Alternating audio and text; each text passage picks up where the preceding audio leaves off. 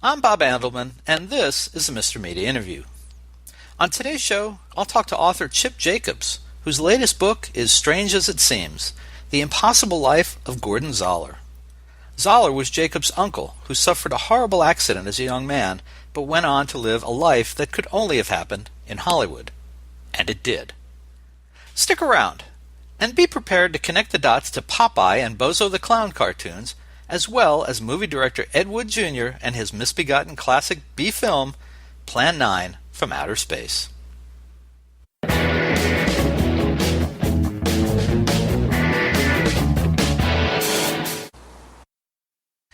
If you're determined to title your book Strange as It Seems, you damn well better deliver.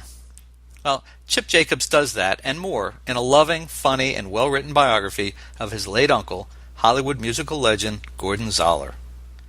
What makes it so strange? Well, in 1940, when Gordon Zahler was a 14-year-old daredevil who believed more than most teenage boys that he could do anything, a misadventure with a high school gymnastics springboard landed him on his neck and severed his spine. Most everyone, classmates, doctors, and family, presumed he would be dead in a matter of days. Now, for inexplicable reasons, Zahler survived. Now, scratch that. The quadriplegic thrived. He refused to roll over and die, instead taking charge of his Hollywood composer father's music catalog to create the go-to music library for early low-budget TV and film producers. All of the time and money his family devoted to him early on eventually paid off. Zahler created a successful business with nothing more than a charismatic sales pitch. Eventually, he became friends and business associate of I Love Lucy star and producer Lucille Ball, Woody Woodpecker creator Walter Lantz, and animal-oriented TV show producer Ivan Tors. Gentle Ben and Flipper, stuff like that. And right about now, you're thinking, this sounds like the plot to a Hollywood movie. Zelig starring Woody Allen, or perhaps Forrest Gump with Tom Hanks. But it's a true story, one that Zahler's nephew, Chip Jacobs, lived firsthand at the end of his uncle's life, and later researched and reported in Strange as It Seems, The Impossible Life of Gordon Zahler. Chip Jacobs, welcome to Mr. Media. Oh, I'm flattered to be here. Thank you so much, and I thought the lead-in was just perfectly on cue. Oh, thank you. I'm glad you liked it. Musical terms. And no, we don't need to call PolitiFact in to do any corrections yet, right? Not yet. Not yet, okay. So, Chip, surely you can understand how some people will hear a description of your Uncle Gordon's life and find it as believable as the baseball legend of Sid Finch, a scam perpetrated in 1985 by George Plimpton upon the readers of Sports Illustrated? Exactly. Some people usually scoff or give me a funny eyebrow scrunched look when I tell them he did these things that he did. He looked at his injury like some people look at a skin rash and said, okay, deal with it. I want to go on my boat, take flying lessons, or what about a safari? Yeah, that was the key partly to his success. He just never looked down at his body. He just looked out at what he could do and fill his day with. This easily could have been fiction. You could have just, told people that you took some facts from life and you made a novel out of it. Mm-hmm. Because it's utterly preposterous, but there it is. It's real. It is. But absurdity is a great way to live your life. So, it took me a while as a writer to actually trust the story and trust that people could see it was all real and build up one step at a time into, the parallel universe of Gordon Zahler. It's still a battle to get people to believe the things that he did actually occurred. And I'm sure I'm missing a couple dozen really even better stunts because he's passed on and I can't, I'm not a big believer in seances. So it has been a challenge to get people, including myself initially, to really accept, my God, this guy really did these things. And, I'm related. How fantastic. All right, so let's give this kind of a time frame for people. Sure. Gordon was 14 in 1940 when he had the accident. Is that Correct. right? Yes. And then he actually, I don't think we're giving anything away here, he lived in this condition for 35 years. Is that right? He absolutely did. If you've seen the Dallas Buyers Club, one of my favorite movies, and the hero talks about how long he survived with a deadly infection, and I just shake my head and go, well, that's pretty cool, but my uncle lived 35 years. He really was not expected to live 2 weeks. Right. And this grim prognosis seemed to shadow him really the rest of his life, but especially the first few years after he got hurt in this gym accident. And it colored lawsuits my grandparents filed against a school district. It connected to whether people thought he should have schooling or not. In a way, it was like, well, why waste our time with a dead guy or a soon-to-be dead boy? And, my uncle heard a lot of this poor-mouthing and funeral plot expectation, and it built up in him a great energy to show people wrong in spades. And then the other part of framing this, how old were you? Well, so Gordon passed, I guess, around 75? Correct. Right? So yeah. You were how old in 75? I was a 14-year-old, flippant tongue, trouble-causing teenager, much like my uncle had been when he planted himself into the gym mat. So, yeah, I was a teenager bristling against my mother's insistence that I come and say goodbye to him. I'd be nice to him. And I just wanted to, back when you're 14, 15, 16, you really crave normalcy. Most children do, and I did. And Gordon was sort of the elephant man of the family, and I really wanted nothing to do with them. I wanted to be causing trouble outside a hospital room. And and we're going to come back and talk about Gordon's life in a second, but when did it change for you? When did, after Gordon was gone, when did you start to realize what you had there? I mean, certainly no 14-year-old appreciates anything. I've got a 19 going on 20-year-old who really, oh, Dad, you're such an idiot. I mean, you're not expected at 14 to appreciate these things. How long did it take for you to start thinking that Gordon was not just a story, but something special? I would say the pivotal moment came in October of '93 when there was bad wildfires all over Southern California.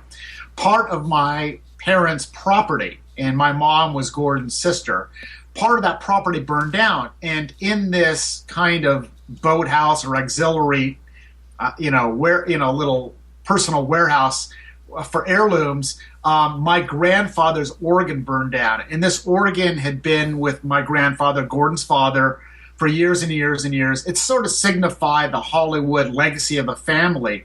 And without the music produced off that organ, which Gordon later repurposed after the whole family was destroyed by his accident, I don't think Gordon would have had a career. I don't know if I would be here in this form. And my mom, though she was happy their house didn't get burned down in this '93 fire, she was so devastated by the loss of this organ and what it meant to Gordon's life, to family memory, to what was meaningful in this world. I actually thought she needed medical attention, and it did plant a seed in my mind. I was a journalist at that time. There is really a mystery here right under my nose I have to solve. I've been an investigative journalist and prided myself on uncovering stories others didn't, and yet I had this whopper right in front of me, and I barely knew anything about it except for, kind of bad scalded memories with my uncle and a few scrapbook, pieces of knowledge that my mom had shown me. So it was really then. And then, as years went by afterwards, my mom got this idea where she was convinced I should be the biographer of Gordon, and she kind of started a mom campaign on me using guilt, intrigue, and occasional veiled references. A mom using guilt. I have trouble imagining that. What is that like? No, it's this new thing.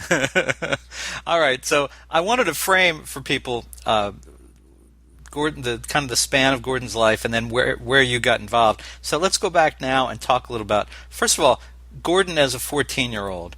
This was a kid who believed he could do pretty much anything, that the world couldn't touch him. Can you talk a little about that? Absolutely. Gordon had a very wild spirit. It wasn't a malicious streak, but it was a wild spirit. And he was a type of kid that did have an adrenaline junkie pulse. And so where you and I might see some incredible ladder over a pool and go, God, I would never jump off that. He was drooling to jump off that. And in fact, he jumped off this towering indoor pool a few years before his accident at what's called the Venice Plunge. He would jump off piers. He would ride his bike off roofs. He also had a extremely a troublemaking, hell-raising element to his personality, and he liked to get a rise out of cranky adults. He found dynamite caps with his buddies and taped them to the trolley tracks near his house. And when the trolley or interurban rail went over, it would explode. And of course, the conductor, picture this guy in a suit, a dark uniform with a little cap. He would go apoplectic, and sometimes he would stop a train and look for my, rapscallion uncle and his friends to, bust them. My uncle, did things like this. He sent whiskey to the teetotaling Presbyterian minister in town. He would cut up newspapers and put them on hedges of cranky old people. He did like getting a rise out of people. Maybe it was something narcissistic in him, attention-loving, but he did like to push the envelope, and most times he got away with it. It was kind of a cross between Dennis the Menace and more modern Jackass. Absolutely. Oh my gosh, with Jackass, my uncle would be his own YouTube phenom for sure. You should probably get a copy in the hands of, I can't think of the guy who was the lead in the Jackass films. No, that's a good idea. Yeah. I'll make a mental note as we speak. Yeah, that's a good idea. He was, people warned my grandparents, if he keeps this up, Gordon's going to land himself in big trouble. He's going to kill somebody, with a prank on a ride, or he is going to kill himself. And lo and behold, that was pretty prophetic. Yeah, it was. Okay, so let's talk about what actually happened. He's a 14-year-old. He's in high school gym, and right. There was a whole big court case about this that comes after. But yes. Tell folks a little about what happened. Well, Gordon had been thrown out of his previous school for shenanigans. Big surprise. He's 6 weeks into ninth grade at John Marshall Junior High in Pasadena. It already has been warned by the coach, and as well as his buddies, and they called themselves the Tarzans because Tarzan was the hot movie idol back then, not to do this one stunt where they ran down a ramp, hit a springboard, and try to vault over a pommel horse and grab some gymnast rings. However, on this one rainy day, there was a bad outbreak of athlete's feet in his school class, and so the coach was checking everybody for athlete's feet, and that meant the kids that he had already cleared could go out and run and be by themselves in the gym. And you tell some teenagers don't do it, and you might as well just put catnip, in their locker. And so they started doing this stunt where they ran down a line, hit a springboard, and try to jump over a pommel horse. They stacked with blankets to hit, go higher and higher. Who could win the challenge? And my uncle demanded that he get the first crack at the school record, and he ran down this ramp. He hit the springboard. It was not in good condition. His foot slightly caught on one of the pommel horse handles, and it completely skewed his jump. And he missed grabbing the rings and instead went down head first and corkscrewed his neck into the gym pads, leaving him in this very unnatural position. And part of the horror of that was made a little worse in the lawsuits that followed. The lawsuit that followed was that the coach, who probably in his mind thought he was doing a good thing by he didn't see the full picture. It's like not seeing the forest for the trees. He thought he could get away with leaving these kids unsupervised while he focused on, let's make sure we don't send these kids out into the world with athlete's foot. That is true. The coach misjudged what was important. You know, in the lawsuit that my grandparents later filed, I don't think the coach was just called negligent. Nobody called him out for moving Gordon. And in a way, that wasn't his fault because their understanding of spinal cord injury was so primitive back then. But they did blame the school for saying, "Hey, you had a springboard that didn't work. You had kids, frolicking where they shouldn't have been. You had a turnbuckle too close, and all these things added up to a very dangerous condition." And back then, even today, it was considered very unpatriotic suing a school district.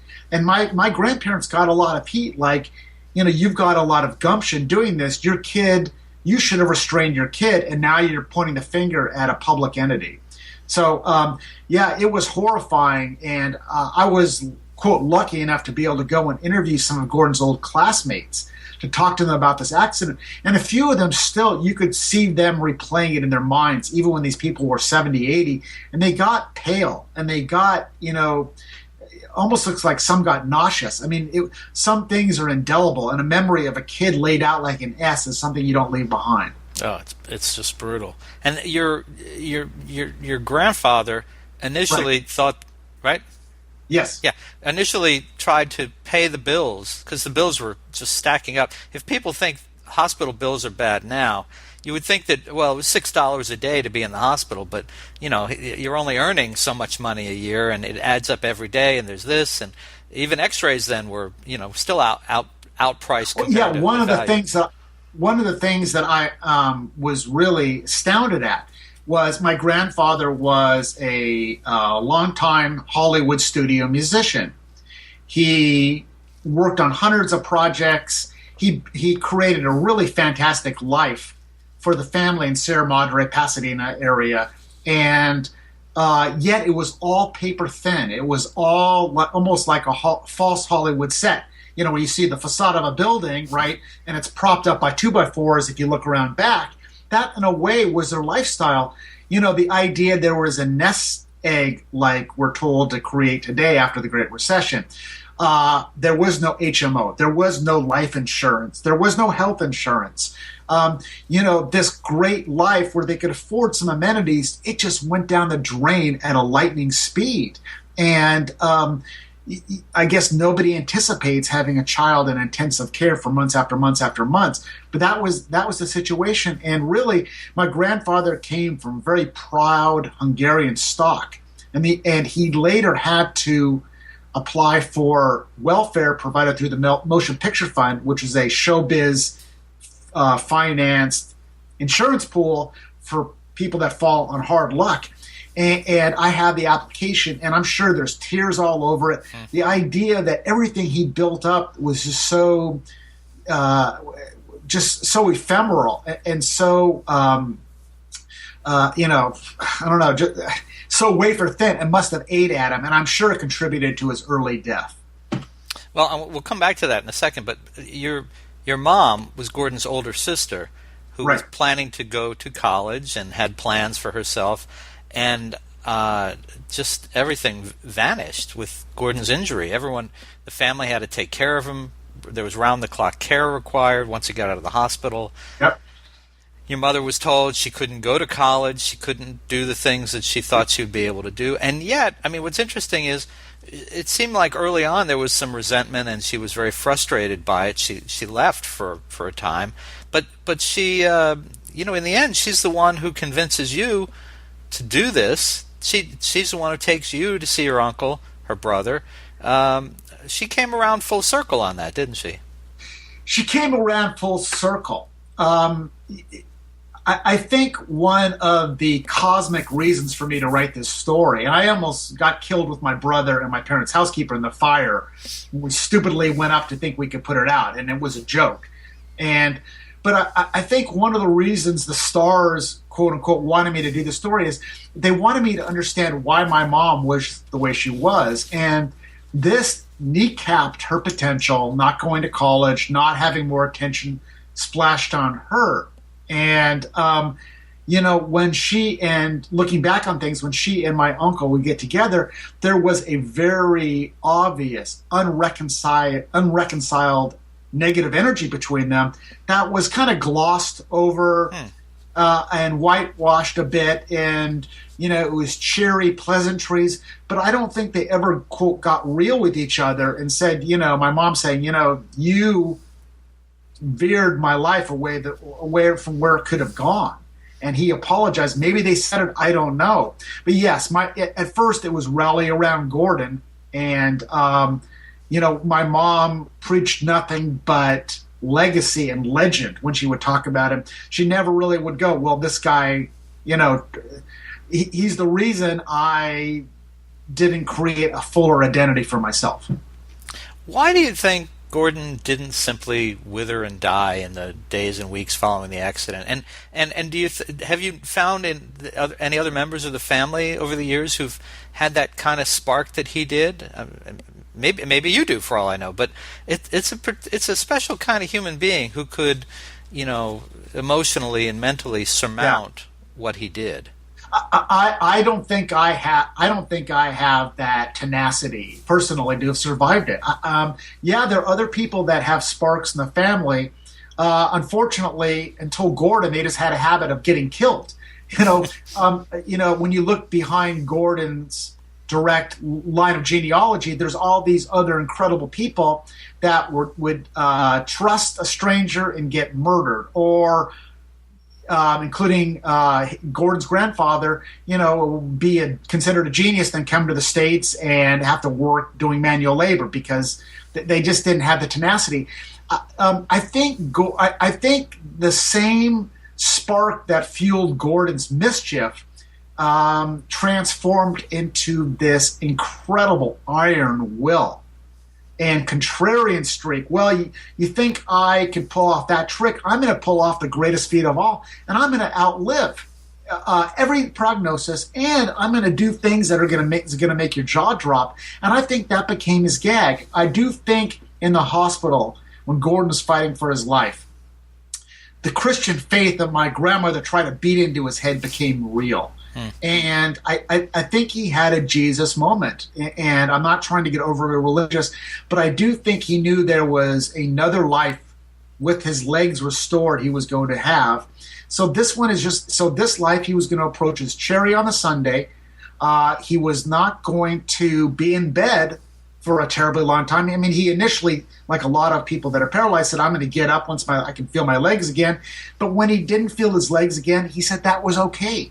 And in fact, he needed at some point to have his spine fused, and the doctor gave him two options. I can fuse your spine in a way that's easier for you to lay back. This is stabilizing his spine, which has its benefits, or it can fuse your spine so you're more sitting up, so you can see the world, you can be in a wheelchair more, but it's got its disadvantages because you're going to be, oddly shaped, almost like a half staircase. And Gordon said, "I want to see the world," So I think that kernel, that cold nugget of indomitable belief, laid inside him the whole time. But the accident triggered it, and it came out. And when he left County General Hospital after like 9 months, some of it in terrible shape with metal pins drilled in his head, it was a victory story that was as unlikely as any Ronald Reagan movie. Do it for the Gipper. Before you were talking about your grandfather, Gordon's dad, who's a composer. He did film. He was very quick. Right. It's interesting. You described that his world was kind of paper thin. That they weren't stockpiling money for this, and then of course everything was gone. It's really interesting to me that Gordon. A lot of things today, you can have one movie or one hit record today, and almost in some cases live the rest of your life on the profits of that because it keeps earning. It can be used for different things. It access things. Does Gordon get credit for figuring out that there is, as they used to say, that gold in them there hills? I mean that his dad's musical legacy could actually provide for years to come? That's an excellent question. That's part of the reason I wrote the book. I don't think he gets credit for that. And to be honest with you, initially in the late 40s and 50s, after Lee passes away from the stress, and my grandma, it's just my grandmother and Gordon, this kid who got out of the hospital that was never supposed to, who liked to go out with his friends clubbing and get drunk. They would push his wheelchair or gurney into these clubs, and he would meet Nat King Cole, and then he'd come back to very dire circumstances. I don't think he looked at it. I think he just looked eventually, after enough pity and charity, and looked at this closet where his dad's old tapes were, and think, this is a lifeline. This is a way for us to survive. This is a way for us to get out of this crummy apartment and be able to, afford, a couple grocery bags of food. Later, I think people copied Gordon and the idea of repurposing old music for TV, film, radio, and everybody is searching for the fountain of youth and immortality. Gordon, as a matter of survival, I think he saw that music in a way was immortal. And, TV in the early 50s was so crude and so, amateurish and so undeveloped. And producers knew there needed to be background music. They needed to put sound behind their skits, etc. Low-budget sci-fi directors did too. They understood that the weaker the plot, the better the music and the fringe elements needed to be. Gordon did, like a laser beam, light up that idea and said, aha, I have something I can sell to you. But I don't think he gets enough credit for being ingenious, for using the only darn thing he had, the only effing thing that he could muster to pay the bills, which is his dad's music. And eventually he would buy other catalogs and would build and build and build on it. But, it wasn't just an homage to his dad. His dad, in a way, kept them alive from the grave. Well, it's funny, you were just talking about him buying other catalogs, right? And I mean, Michael Jackson. That's why Michael Jackson thrived at a certain point. He bought the Beatles catalog. He bought Paul McCartney's catalog. I'm a Paul McCartney fanatic, Beatles maniac, all that. Yeah, and I was thinking, when Paul goes to heaven, Michael Jackson's going to be there at the pearly gates and he's saying his high-pitched, falsetto. See, Paul, I still have the royalties. Paul McCartney still goes, the dumbest move I ever made. But, this was a matter of life and death. I can't stress that enough. And it was a hard sell at first when Gordon went into Hollywood. His mom was pushing him around. He was a guy in his mid-20s. He looked like a skeleton with an oversized head. He kept his hands, which kind of became almost creepy, Creature of the Black Lagoon, curled in, withered appendages that I never wanted to come near me. It was a hard sell, and Gordon got the charisma, and he did have a natural salesmanship, bullshitting quality about him. And so he built up the Zahler music catalog into something wondrous, like it was something from George Gershwin's brain. So, but it was, like I said, they were looking at homelessness, living around a soup kitchen. Had he not kind of thought, aha, this is our one chance, reuse my dad's stuff and build on that. Well, I mean, has it crossed your mind that he was able to repurpose his father's music into a whole nother world? I mean, his father could have never imagined at the time this could happen. And here you are, years later, you found a way to repurpose Gordon's life into a book, and it seems to me that someone in Hollywood is gonna, if that hasn't already happened, is gonna have to seize on this as a great film project. I mean, you've got we'll talk about this. They cross paths with Lucille Ball and Walter Lantz and Ivan Tors and it's like someone who could envision Crumb, the R. Crumb story, and bring it to life in it's kind of differently. Some actor who's thinking, oh, this is my awards moment because I'm going to play Gordon Zahler and I have to emote everything from the neck up. I mean, it just seems like it's got that written all over it. A Hollywood story. I hope so. I I would be so delighted to see him get the credit he deserves. I'm hoping it, will have some cinematic interpretation. I mean, you don't really find a lot of stories aside from Gordon's survival of the impossible and running basically a locomotive into the side of Lee Zahler's lifestyle he created for his family. I mean, Gordon lived so crazily, even if he started from 1950s and didn't even mention his dealings with Ed Wood. I think it would be so entertaining and inspiring, even though I do try to show the good and bad side and all the grayscale of life as a quadriplegic, where Gordon could sometimes afford to be blasé and indifferent about his paralysis. Those around him sacrificed everything. And my grandmother, in a way, this is also a story about a mother's love, about the love of helping hands that aren't in the frame of the picture. Because my grandmother, she'd seen her father murdered. She's seen her brother murdered. She's seen her husband pass away from stress. She'd seen her son paralyzed. I mean, really, this was Job, in a flowery apron going on. And, I think a lot of moms and parents could definitely identify with what it takes to give your kid a chance to smell the fresh air of life. So, yeah, I'm hoping so. I pay commissions, Bob. So, if somebody sees something, please hit me up. It's really a great Hollywood story. And for a while, I thought, if my uncle there's a movie made about my uncle, I'm going to start the most ferocious guerrilla campaign to get him a star on the Hollywood Walk of Fame. As a reporter, I made all those people in Hollywood really hate my guts. But my uncle is going to be their kryptonite. They're going to have to give him a star. I mean, if you've seen the stars they have down there, really, it would be funny because he couldn't put his hands in any concrete. Maybe they'll have to use like a wheelchair track. That would be great. That would be gre't. Let's talk about some of the Hollywood stardust that does land on this story. Yeah, sure. Let's say Walter Lantz.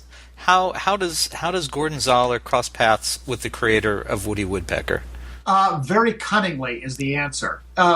This was the early 1960s. Gordon had done and was in the process of working on low-budget sci-fi. He had acquired a whole bunch of cartoons from Popeye to Bozo the Clown, not necessarily the best quality cartoons, but it's a paycheck.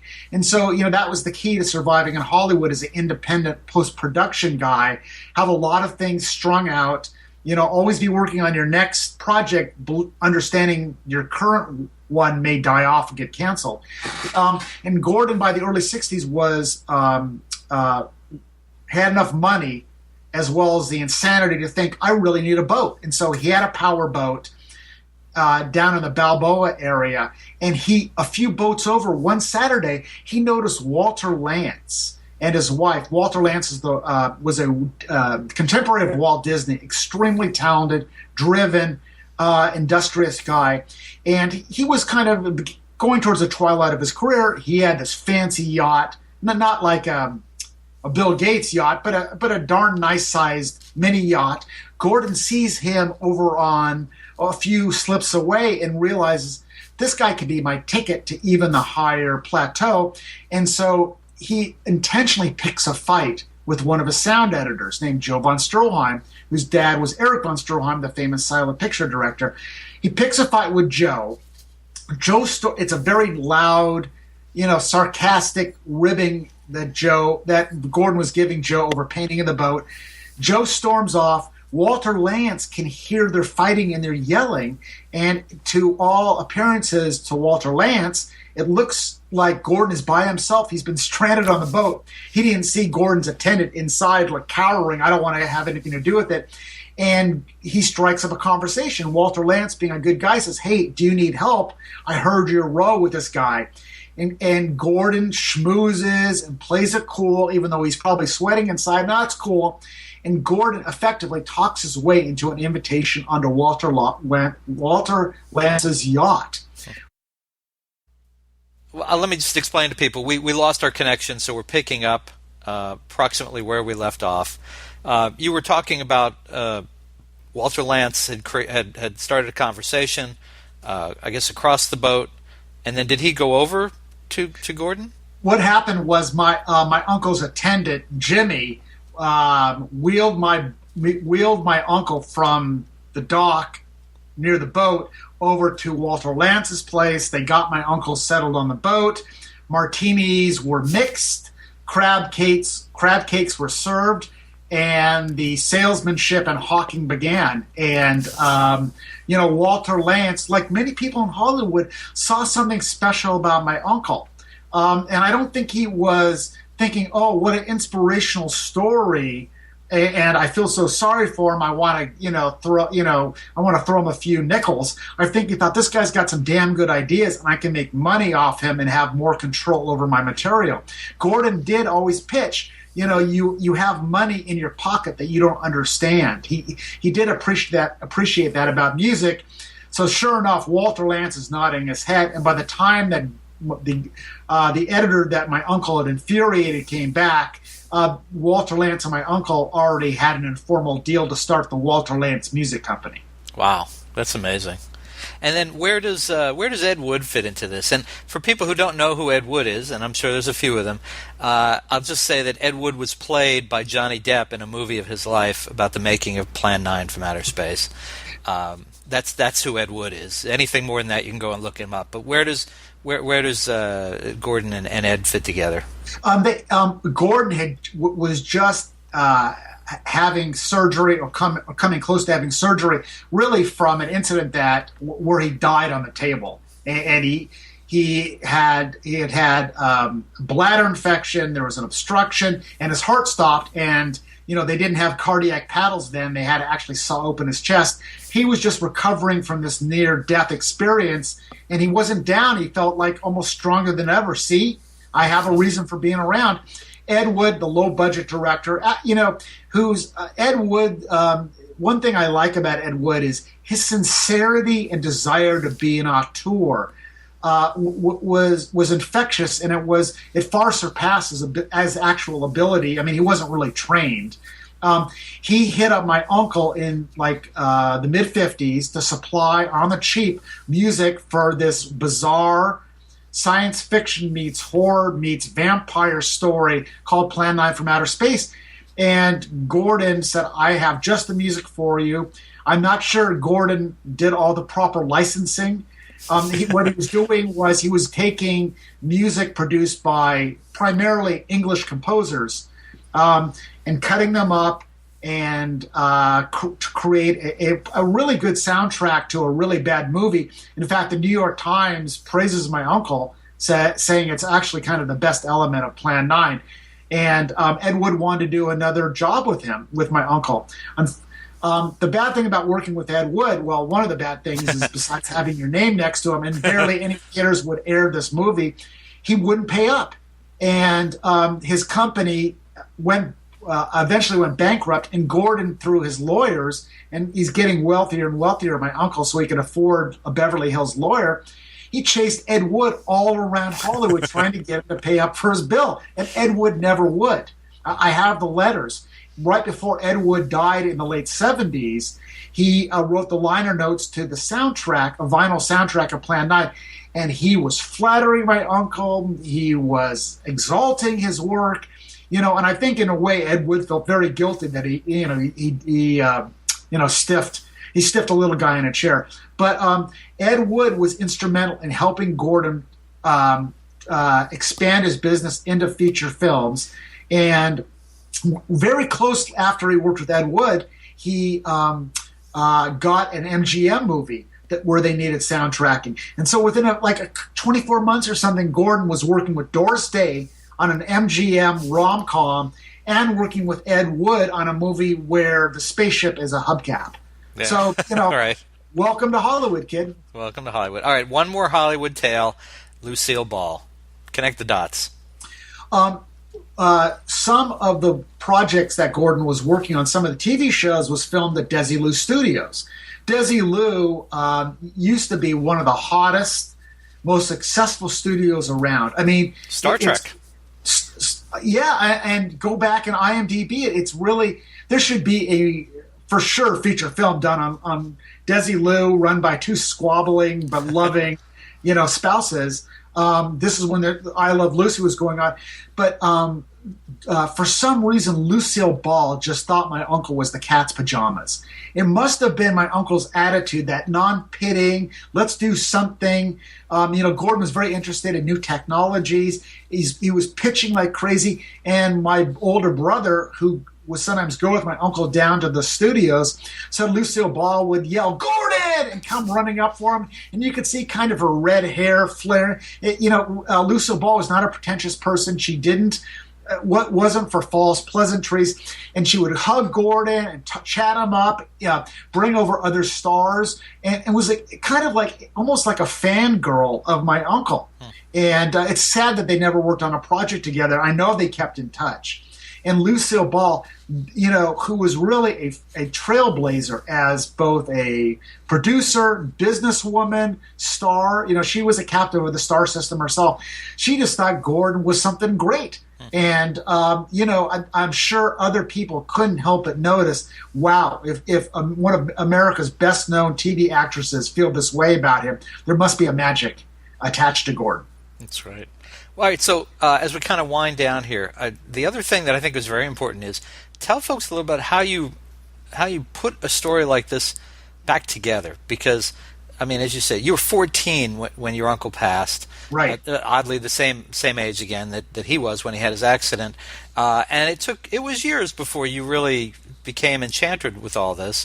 How do you put a story like this together? There was I guess there were, from reading there were a lot of clips. There was a lot of newspaper coverage of his accident and of the trial, but the press as we know it today didn't really exist. He wasn't being covered the same way. How do you put the story together with such incredible detail? It was, I left a great newspaper job to do this book and to become an author. The editor of the paper I worked was very upset with me for quitting less than 2 years into the job. Said, the great things we could have done together if you would have stayed. But I just had this otherworldly yearning to write my uncle's story. And so I left the newspaper job, started freelancing, and then I realized I'm screwed. I don't, most of Gordon's business documents had been thrown away. Gordon's wife, Judy, who outlived him for 14, 15 years, her address book or her Rolodex and my uncle's Rolodex were ditched. IMDb was in its infancy. And I had to spend about a month of dogged reporting work just to find the date of Gordon's accident. Once I found the date of his accident at Sierra Madre Public Library, the floodgates opened up, to an extent. So I would have to spend months getting, in the microfiche department at libraries. When I put together, like a journalist tracking an investigative story, a list of contacts, and I knocked on doors, and I made phone calls, and I did cold calling. And, I found people, associates of Gordon, that would take me in, and I found others that would hang up on me and say, "I can't talk to you, kid, I'm dying." When I went to interview Jimmy, Gordon's longtime aide, friend, confidant, everything man, he was living in Shreveport, Louisiana. I flying down there thinking, okay, this is going to be the mother lode. He had a stroke between the time we arranged the interview and the time I actually set foot in Louisiana. So it was extremely hard. A lot of the best meat of the material had faded away in time. And so I just had to take what I could. I cobbled it together. Like all writers, my first draft wasn't very good. But I had interest from a big New York publisher quite early on in doing it. And I got cocky. All the success I had as a reporter, I thought, well, it's just going to naturally float into being an author. That wasn't the case. 9/11 happened. Memoir biography was no longer the number one genre. It became about national security and then the Great Recession. It was hard to tell the story. I struggled with how much truth to work in, how much dirty laundry to air. My mom, who passed away in 2012, wouldn't talk to me for a while because I wanted to write the naked, raw, unvarnished truth because I thought that would ultimately elevate Gordon, warts and all. But she didn't like me talking about murder or cancer, or her father's affair, or a marital breakup, etc. Really, Mom didn't want to get into that stuff. I find that amazing. My mom, as I've said, she wanted a Lifetime movie. I wanted an R-rated biography. And the more sex, drugs, flying out of planes, cutting off your hands, the better. And it took me a long time to understand how to write the story to its truest way. So that's why I try to tap into my own experiences with, going into the hospital seeing Gordon ill. If I had not been a journalist who knew how to get records, I don't think I could have ever done this story. So I felt like I was well prepared and set up to eventually find the truth. And, one of my greatest epiphanies here is that though my last name is Jacobs, I'm a Zahler at heart. I'm that creative, Hungarian, moody, quote, artist. I was a writer in a journalist's body, kind of like my uncle was an idea man in a little handicapped frame. And so it's, it was a long process. And it took a while to develop a voice as well. When you're a journalist, everybody's voice kind of sounds the same in a newspaper, but when you're an author, it's all yours to create from scratch. Well, folks, listen, it's a fascinating book. It's an incredible story. It's like I said to start, it's only in Hollywood kind of story, and it takes place in Hollywood conveniently. You can order Chip Jacobs' new biography of his uncle, Strange as It Seems, The Impossible Life of Gordon Zahler, from great retailers everywhere, or you can get it right now at a great price from MrMedia.com, mrmedia.com. If you're watching the show on MrMedia.com, just below the video, either to the left or the right, you will see the cover of the book. You can click on it right now. They'll take you to Amazon. You'll get a great price. And you can have it as an ebook immediately on Kindle, other devices, or you can have it delivered to you, by tomorrow. In some places, you might be able to get it tonight. So do that. Chip, do you have a website? I guess I do. www.chipjacobs.com. I have lots of information, supplemental information about Gordon. I have a little mini documentary about my discovery of him, as well as book trailers, etc. It's a feast of Gordon mania on there. So check it out. And any agents that want to option for a book, I will give a 2% off sale only today. All right, only today. And are you on social media, Twitter, Facebook, things like that? I am. I have a Chip Jacobs author page, as well as Chip Jacobs 1 is my Twitter handle. Great. All right. Well, Chip, fascinating to talk to you. Fascinating book. Wish you a lot of luck with it. And thank you so much for joining us on Mr. Media today. It was my pleasure. I hope my other author friends will discover you. You asked superb questions. So thank you so much.